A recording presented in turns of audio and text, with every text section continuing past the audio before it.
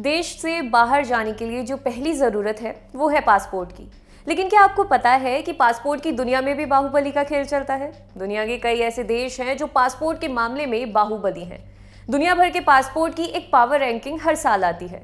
इस बार की रैंकिंग में टॉप पर है न्यूजीलैंड। ऐसा क्यों और क्या है पावरफुल पासपोर्ट का तिया पांचा, आइए जानते हैं। सबसे पहले तो पासपोर्ट और वीज़ा का सिस्टम समझिए। पासपोर्ट आपको अपना देश इशू करेगा। इस डॉक्यूमेंट के जरिए ही आपको देश से बाहर जाने की इजाज़त मिलती है। वीज़ा वो देश इशू करेगा जहां पर आपको जाना है। मतलब अगर आपको भारत से अमेरिका जाना है तो भारत का पासपोर्ट और अमेरिका का वीज़ा लेना होगा। जिस देश में रहते हैं वहां का पासपोर्ट तो कुछ कागज़ दिखाकर मिल जाएगा, लेकिन वीज़ा देना या ना देना उस देश की सरकार पर है जहां आप जाना चाहते हैं। हालांकि कुछ देश ऐसे होते हैं जिनको दूसरे देश वीज़ा फ्री आने की इजाज़त देते हैं। ये भरोसे का मामला है। मतलब एक देश दूसरे देश के बारे में इतना आश्वस्त है कि वे बिना वीज़ा के उनको आने की इजाज़त दे देता है।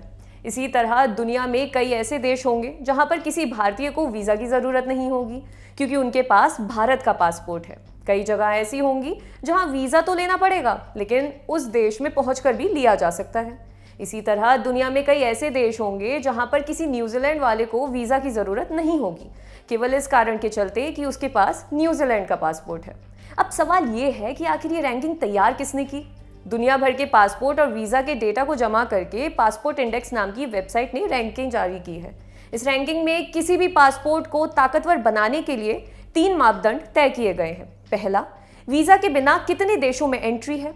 दूसरा, वहां पहुंचकर वीज़ा लेने की सुविधा कितने देश दे रहे हैं। और तीसरा, कितने देशों में जाने के लिए वीज़ा लेना पड़ रहा है। जो देश पहले 2 मापदंडों पर ज़्यादा खरा उतरता है उसे रैंकिंग में उतना ही ऊपर लिया जाता है। कुल रैंकिंग के लिए हर पासपोर्ट को इन पैमानों पर परख कर एक मोबिलिटी स्कोर दिया जाता है। कुछ मोबिलिटी स्कोर के हिसाब से ही रैंकिंग तय की जाती है। ये मुमकिन है कि कई देशों का मोबिलिटी स्कोर एक जैसा हो। ऐसे में जिस देश को किसी भी देश में पहुंचकर वीज़ा मिलने की सुविधा ज़्यादा देशों ने दी होती है उसे ही टॉप पर माना जाता है।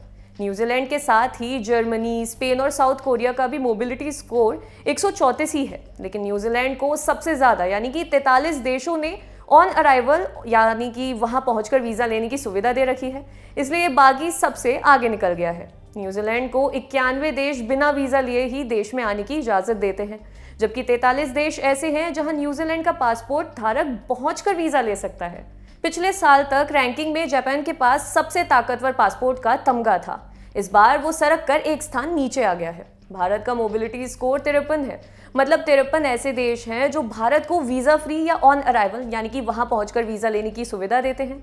भारत की पासपोर्ट पावर रैंकिंग 57 है। अफगानिस्तान और इराक के पासपोर्ट सबसे कमज़ोर हैं। इनका मोबिलिटी स्कोर 33 है, क्योंकि इन्हें क्रमशः सिर्फ 4 या 5 देशों ने बिना वीज़ा के आने की इजाज़त दी है। वहीं पाकिस्तान का मोबिलिटी स्कोर सिर्फ 38 है। उसकी पासपोर्ट पावर रैंकिंग 68 है। पाकिस्तान को पासपोर्ट के साथ सिर्फ 8 देशों में बिना वीज़ा के एंट्री की इजाज़त है। आपके लिए रिपोर्ट लिखी थी हमारे साथी अमित ने। अगर आप ये वीडियो फेसबुक पर देख रहे हैं तो हमारे पेज को लाइक करें, और यूट्यूब पर देख रहे हैं तो हमारे चैनल को सब्सक्राइब करें। देखते रहिए दी लंदन टॉप। किन अलग अलग तरीकों से एनआरआई भी भारत के विकास में योगदान दे सकते हैं।